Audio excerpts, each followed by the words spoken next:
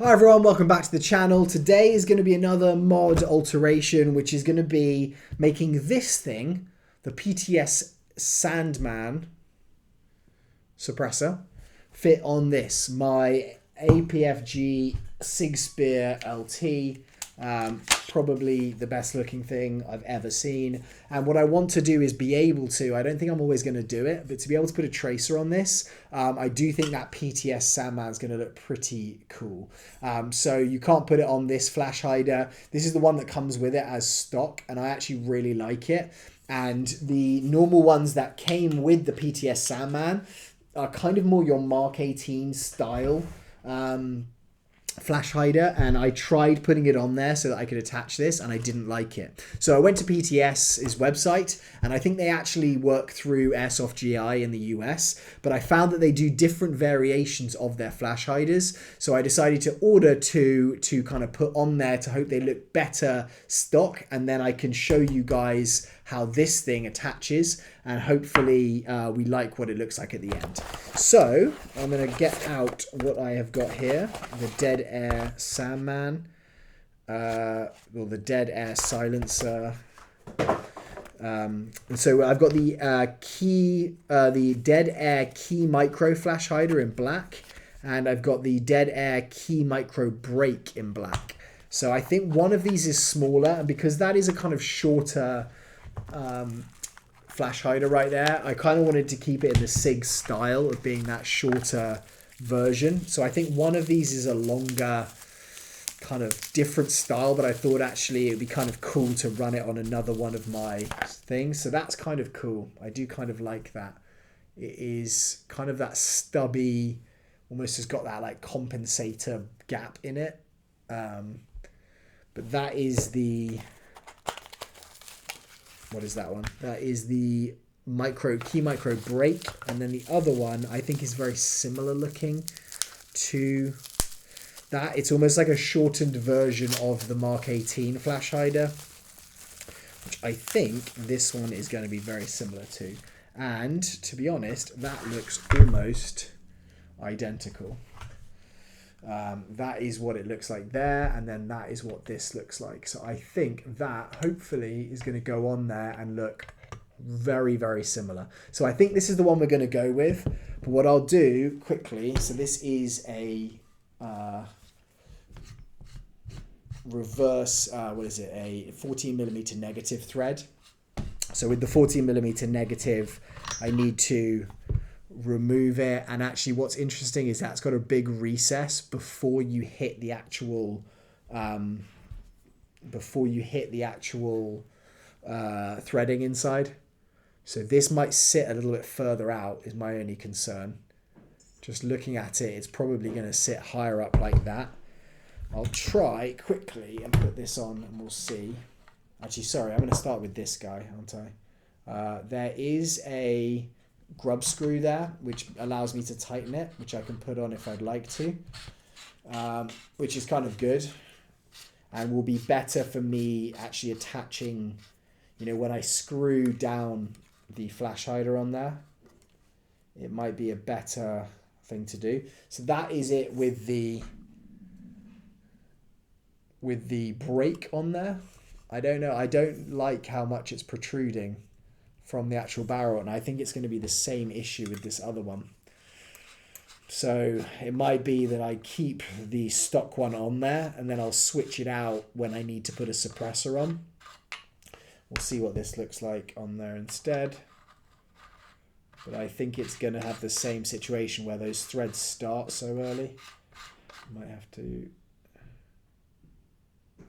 Where is the grub screw?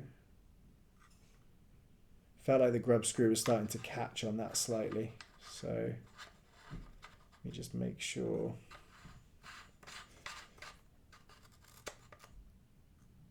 Yeah, I might try and remove that grub screw a bit just in case we are, just in case it is going to, is this one going to work? No, it's a small grub screw, so actually, hold on. Yep, got the right one. Yeah, so that grub screw is just catching. So I need to make sure that that grub screw is fully undone. Otherwise, that would have just got rid of the threads on there. So again, it is going to be sticking out further. And I really don't think I like the aesthetic of that as much. All right, what I'll do is I'll tighten this up. And then we can show you what it looks like with the Sandman on it. I mean, this is an 11-inch as well. So it's not going to be your 9-inch, which I think with a suppressor is going to look a lot better just because you're not having as much barrel length and the suppressor will look great with that. But this is the 11. So my plan was never really to run this as a suppressed replica. So what that's doing there is you can see it's got the 3 little prongs there, and you can see this here has 3 gaps around it. And so what I do is when I put this on, it's just going to slide onto those 3 gaps. And this is what I love, is that I can just rotate this and tighten it. And that really just keeps it solid in place. And so then that is what it's going to look like. And to be honest, I do think that looks really cool. Yeah, I mean, that looks awesome. It is a very, very long piece of kit with that on, because that must be like now a 16-inch. So you're looking at like a M16 length replica.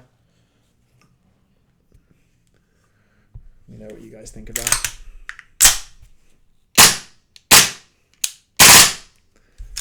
I mean, this thing is such a cool piece of kit. I love it. So that's what it's going to look like, guys. I don't know if you like that. I don't know if you think it really, really screws the style of it. I like that ability to put that on there. But what I might do quickly is just return it to the original. And when I want to use it in an area, like if I'm playing night games and I want to put a tracer on it, because I'll play inside places where the tracer really is very useful. The problem is if I'm playing inside, it's normally more of a CQB field, and putting that length suppressor on there is going to make it look a little bit ridiculous, or going to make it very, very difficult. Doesn't matter about the look, actually. It's going to make it very difficult to come around corners, because I'm going to have basically like an M16 length piece of kit with that attached to it. So yeah, I'm not sure about that. So I'm going to put this back on. So that actually, you can see here quickly, I'll just show you. This actually left a couple of silver marks on there. So that's where that grub screw went in, because it needs to seat in there.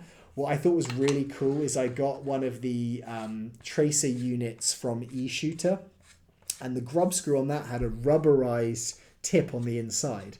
And I was like, this is such a clever idea, because you're not going to damage the threads and it's going to give you that tension. You can thread lock it in if you wanted to, and it's going to give you the tension that you really want there. So guys, I have to say, I think that does look a lot cooler than with that kind of extended piece on there, not having the gap between the rail and the actual flash hider. So I'm going to keep it like this for now. I'd love to know if you guys agree with that. But it does mean that I now have the option to take this, switch it out. I can then attach or detach my suppressor. These are great. They are expensive, but as you can see here, it's got a little tracer inside. I can just pop that on.